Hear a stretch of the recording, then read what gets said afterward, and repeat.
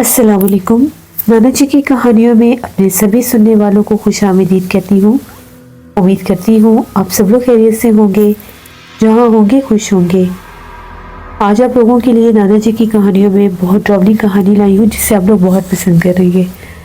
जुल्फ़कार कहते हैं कि एक दफ़ा नाना जी ने हमें बताया कि शाह साहब के पास एक गांव से कुछ लोग आए और वो लोग जो थे दोपहर के टाइम आए और बार बार जिद कर रहे थे कि हमें जल्दी मिलना है क्योंकि हमें शाम से पहले वापस अपने गांव पहुंचना है, मगरिब से पहले। तो आप हमारी जल्द से जल्द मुलाकात करवा दें। शाह साहब को जब पता चला कि ये लोग इतनी इमरजेंसी में हैं तो उन्होंने उनको बुलवा लिया और पूछा कि ऐसा क्या माजरा है कि आप शाम से पहले वापस जाना चाहते हैं।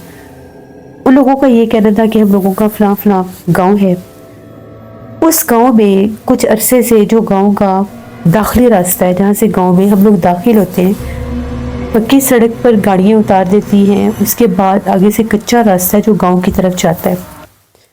उसके आसपास जंगल का हिस्सा भी पाया जाता है। उसको क्रॉस करने के बाद फिर आगे से गांव की आबादी शुरू हो जाती है।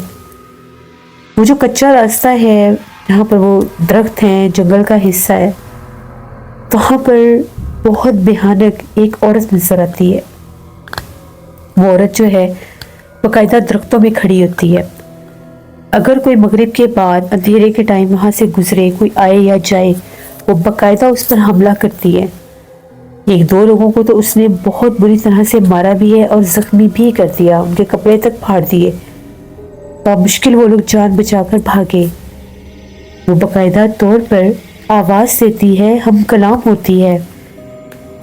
वो बुलाती एक तरफ से है, नजर खड़ी हुई एक तरफ आती है, और जब वो हमला करती है तो वो दूसरी तरफ से आती है। कभी कभार वो एक बूढ़ी भयानक औरत के रूप में भी नजर आती है। एक ऐसी बुढ़िया जिसका पूरा चेहरा झुर्रियों से भरा हुआ है, सफेद बाल खोले, काला लिबास पहने, वो एक घने दरख्त के नीचे बैठी रहती है। हमें बहुत डर लगता है। हमारी मदद करें, हमारे गांव में आने जाने का और कोई रास्ता नहीं है। जैसे ही मगरिब की अजान होती है, गांव के लोग उस रास्ते को सुनसान और वीरान कर देते हैं उसके खौफ की वजह से।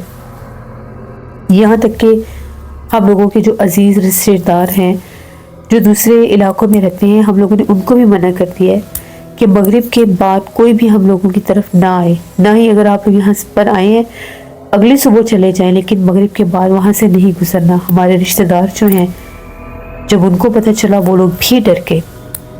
अभी 3 दिन पहले की बात है, हम लोगों के गांव में एक घर है, उनके कुछ रिश्तेदार बिना बताए आ गए।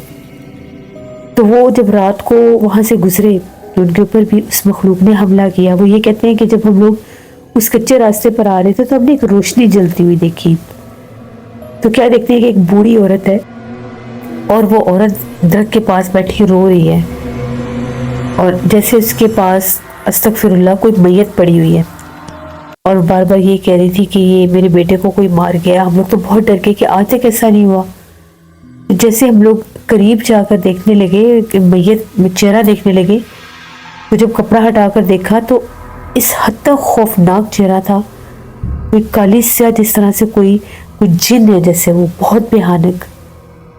तो हम लोग डर के जैसे ही पीछे हटे तो वो जो बूढ़ी औरत थी उसने हम लोगों के ऊपर हमला कर दिया और बहुत मारा और एकदम से वो दोनों गायब हो गए। बड़ी मुश्किल से वो लोग पहुंचे और उसके बाद वो लोग तकरीबन 2 दिन के बाद सुबह सुबह वहाँ से भाग गए। तो ये मामला हमारे साथ हो रहे हैं, आप हमारी मदद करें। उस तरफ से चीखने की, रोने की आवाज़ से आती है। शाह साहब ने कहा कि ठीक है, मुझे पढ़ाई करने दें, मैं आप लोगों को बताऊँगा। पढ़ाई करने के बाद 10-15 मिनट के बाद शाह साहब ने कहा कि वो एक पिछल पैरी चुड़ैल है जो बहुत ज़्यादा भयानक है और वो बहुत ज़्यादा पुराने दौर की है और आई भी किसी दूर दराज इलाके से है, किसी जंगल वाले हिस्से से ही आई है।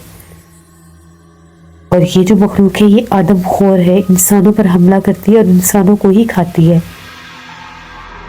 अभी तक तो वो सिर्फ हमला कर रही है, लेकिन अगर उसका रुख गांव की आबादी होगी तो वो तो बस सफार गांव के बहुत से लोगों को नुकसान भी पहुंचा सकती है। लोगों ने कहा कि हमारी मदद करें और उसको वहां से निकाल दें। کیونکہ آج سے پہلے ہمارے ساتھ ایسا کبھی نہیں ہوا۔ شاہ صاحب نے کہا کہ وہ جو مخلوق ہے اس کو یا تو کسی درخت پر قید کرنا پڑے گا یا پھر اس کو جہاں سے آئی ہے واپس وہاں پر بھیجنا ہوگا، اور یہ کام صرف ایک عامل ہی کر سکتا ہے۔ پھر شاہ صاحب اور میں لوگوں کے ساتھ روانہ ہوئے، کیونکہ چھوٹے چھوٹے بچے بھی تھے اس گاؤں میں۔ بچے معصوم ہوتے ہیں، اکثر شرارت کے طور پر نکل پڑتے ہیں رات کے وقت بھی۔ ہم لوگ وہاں پر پہنچے، بیرونی راستہ ہی تھا، ابھی وہ گاؤں کا داخلی راستہ تھا، آبادی تو آگے تھی۔ تو جب ہم لوگ وہاں پر پہنچے تو درختوں کے اوپر سے بہت عجیب و غریب پرندوں کی آوازیں آ رہی تھی۔ بے تحاشا گدھ اور الو وہاں پر نظر آئے اڑتے ہوئے۔ گدھ بیٹھے ہوئے تھے درختوں کے اوپر، الو اڑ رہے تھے کبھی ادھر کبھی ادھر۔ ایک دم سے شاہ صاحب رک گئے اور ایک درخت کی طرف دیکھنے لگے، اور وہاں پر باقاعدہ کھڑے ہو کر پڑھائی کر انہوں نے حصار باندھا ہم لوگوں کے اوپر اور منع کیا کہ اس درخت کے پاس ابھی کوئی نہ آئے۔ شاہ صاحب نے جو ہی پڑھائی کرنا شروع کی وہ درخت زور زور سے ہلنے لگ گیا۔ تبھی ایک دم سے ایک بوڑھی عورت کے رونے کی آوازیں آنے لگی، اور باقاعدہ جیسے درخت کی دوسری طرف کوئی عورت ٹیک لگا کر بیٹھی رو رہی تھی۔ شاہ صاحب نے پوچھا کہ تم کون اور یہاں پر کیوں آئی ہو، لوگوں کو کیوں تنگ کری ہو، کیوں مار رہی ہو؟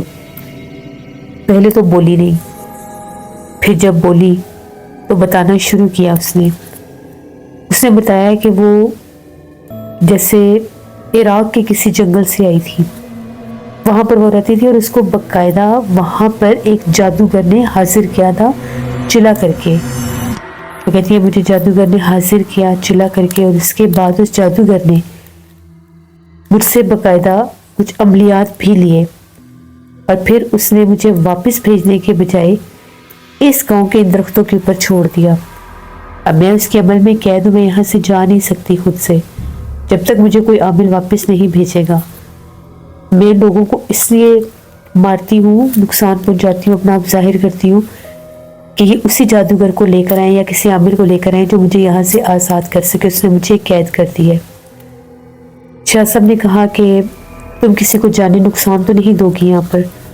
اس نے کہا میں کسی کو کوئی نقصان نہیں دوں گی، میں اپنا آپ ظاہر اس لیے کر رہی ہوں کہ یہ لوگ کسی عامل کو لے کر آئیں اور مجھے یہاں سے کوئی نکال سکے۔ میں یہاں پر نہیں رہ سکتی، میں جس جنگل میں رہتی ہوں وہاں پر ہمارا پورا قبیلہ ہے، اور اگر میں نہ گئی اور وہ پورا قبیلہ مجھے ڈھونڈتا ہوا یہاں تک آ گیا تو پھر وہ یہ پوری بستی پورا گاؤں ختم کر دیں گے، کیونکہ ہمارے قبیلے میں بے تحاشا خون خوار چڑیلیں ہفتے موجود ہیں جو بہت زیادہ انسان کا شکار بھی کرتی ہیں، آدم خور ہیں۔ میں نے ان میں سے کسی کو جانی نقصان نہیں دیا، صرف مارا ہے کہ یہ لوگ مجھے آزاد کروائیں۔ پھر شاہ صاحب نے کہا کہ ٹھیک ہے تمہیں یہاں سے آزاد کر دیا جائے گا۔ پھر وہ جو مخلوق تھی وہ بہت بھیانک آوازوں میں رو رہی تھی۔ شاہ صاحب نے وہاں پر پڑھائی کی، پڑھائی کر کے شاہ صاحب نے وہاں پر ایک کالے رنگ کا بکرا منگوایا۔ کالے رنگ کا بکرا آیا، پھر اس بکرے کو وہاں پر ذبح کیا گیا اور صدقہ کر کے اسی درخت کے آس پاس اس کو پھینک دیا گیا۔ اس کا جو سر تھا اس درخت کے اوپر اچھال دیا گیا، جو 1 منٹ میں غائب ہو گیا۔ اس کے بعد شاہ صاحب نے جا کر اس درخت کے 3 پتوں کے اوپر کچھ تعویذ دیکھے، تو وہ جو مخلوق تھی وہ وہاں سے آزاد ہو گئی۔ بے تحاشا چیل، کوے، گدھ، الو ہوا میں اڑے تھے، وہ سب بھی اس کے ساتھ غائب ہو گئے۔ شاہ صاحب نے کہا کہ اب اس درخت کی یہ نشانی ہے کہ یہ درخت جل جائے گا، یعنی سوکھ جائے گا، اس پر کبھی ہرا پتا نہیں آئے گا، کیونکہ اس کے اوپر ایک چڑیل کو قید کیا گیا تھا۔ جب بھی کوئی جادوگر، کوئی عامل کسی درخت کے اوپر کسی چڑیل، آفت، کسی جن کو قید کرتا ہے، وہ درخت سوکھ جاتے ہیں، بنجر ہو جاتے ہیں، اور اگر ان کو وہاں سے ہٹا بھی دیا جائے، نکال بھی دیا جائے، آزاد بھی کر دیا جائے، تو پھر بھی وہ کبھی ہرے نہیں ہوتے۔ یہ اس کی نشانی ہوگی اس درخت کی۔ اس کے بعد شاہ صاحب نے کہا کہ میں یہاں پر حصار باندھوں گا، ان درختوں سے کوئی بھی مخلوق اس داخلی راستے پر نہ آ سکے۔ شاہ صاحب نے بتایا کہ یہ تو ایک ایسی آفت تھی، چڑیل تھی، جس کو یہاں پر قید کیا گیا تھا، بھیج دیا گیا تھا۔ اس کے علاوہ بھی ان درختوں کے اوپر جنات موجود ہیں۔ آپ لوگ کوشش کیا کریں کہ زیادہ رات کو یہاں سے نہ گزرا کریں، کیونکہ بالکل جنگل کا علاقہ ہے، सुनसान वीरान जगह है। तो यहाँ पर जिन्नातों का तो फिर बसेरा होता ही होता है। अपनी हिफाजत खुद करें। उसके बाद हम लोग वहाँ से वापस आ गए। मगरिब भी होगी, रात भी होगी, हम लोग वापस आ गए। वापस आने के बाद तकरीबन 4-5 दिन के बाद वो लोग वापस आए और आकर शाह साहब को ये बताया कि अब वहाँ से कोई आवाज़ नहीं आती, ना कोई दिखाई देता है।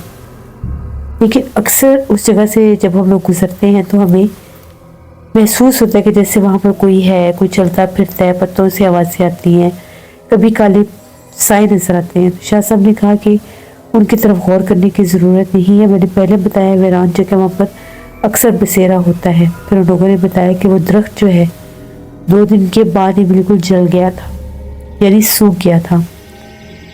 तो इस तरह से शाह साहब ने उन लोगों की मदद की, उस चुड़ैल को जिसको एक जादूगर ने वहाँ कैद कर दिया था गांव के दाखिली रास्ते पर, उसको वहाँ से आज़ाद किया। तो ये नाना जी ने हमें कहानी बताई। नाना जी कहते हैं कि जब शाह साहब हम कलाम होते थे किसी जिन के साथ, किसी और मखलूक के साथ, और अगर वो किसी इंसान पर नहीं होता, क्योंकि इंसान पर होता है तो इंसान के जिस्म में वो बोलते हैं और हम लोग भी सुन लेते हैं, लेकिन जब वो गैबी हालत में होते हैं तो वो आवाज़ें सिर्फ शाह साहब सुन रहे होते हैं और हम लोग सिर्फ इनके जवाब सुन रहे होते हैं या सवाल सुन रहे होते हैं। इसी तरह से नाना जी कहते हैं कि मैंने खुद भी अपनी आंखों से चुड़ैल आफत को देखा था। एक दफ़ा मैं एक बहुत कदीम और पुराने गांव में था। वहाँ पर मैंने चिला करना था 3 दिन का पहाड़ी इलाके में। तो जब मेरा चिला पूरा हुआ तो आखिरी रात में वहाँ से गुजर आता तो मैंने पहाड़ के पास, पहाड़ जितनी लंबी एक बहुत कद्दावर औरत को देखा था जो बहुत दुबली पतली थी, काले रंग के लिबास में, और उस पहाड़ के साथ खड़ी हुई थी। इतनी भयानक थी कि देखते देखते जैसे पहाड़ के आर पार हो गई। पहाड़ के ऊपर जब वो जा पहुंची तो उसका सर जो था वो आसमान तक ऊंचा जा रहा था। इतनी भयानक आफत थी। क्योंकि नाना जी वहाँ पर अमलियात कर रहे थे, तो ऐसी मखलूक़ात अगर आस पास हो तो वो हासिल हो जाती है। नाना जी ने बताया कि जो पहाड़ होते हैं पर बहुत जिन्नात होते हैं, बहुत चुड़ैलें आफतें होती हैं। इसे जब भी पहाड़ी इलाकों में जाएं अपना ख़ास ख्याल रखना चाहिए। ये नाना जी की कहानी थी। बहुत शुक्रिया ज़ुल्फ़कार आपको। इससे ये थी नाना जी की खौफनाक कहानी। उम्मीद करती हूँ आप लोगों को पसंद आई होगी। आप लोग अपना फीडबैक दिया करें। जो लोग चैनल को विजिट करें, अभी तक सब्सक्राइब नहीं किया तो चैनल को ज़रूर सब्सक्राइब करें। इंशाअल्लाह ताला परसों फिर मुलाकात होगी नाना जी की किसी नई कहानी में। जहाँ रहे खुश रहे। Thank you for listening my stories. Stay tune. अल्लाह हाफिज़।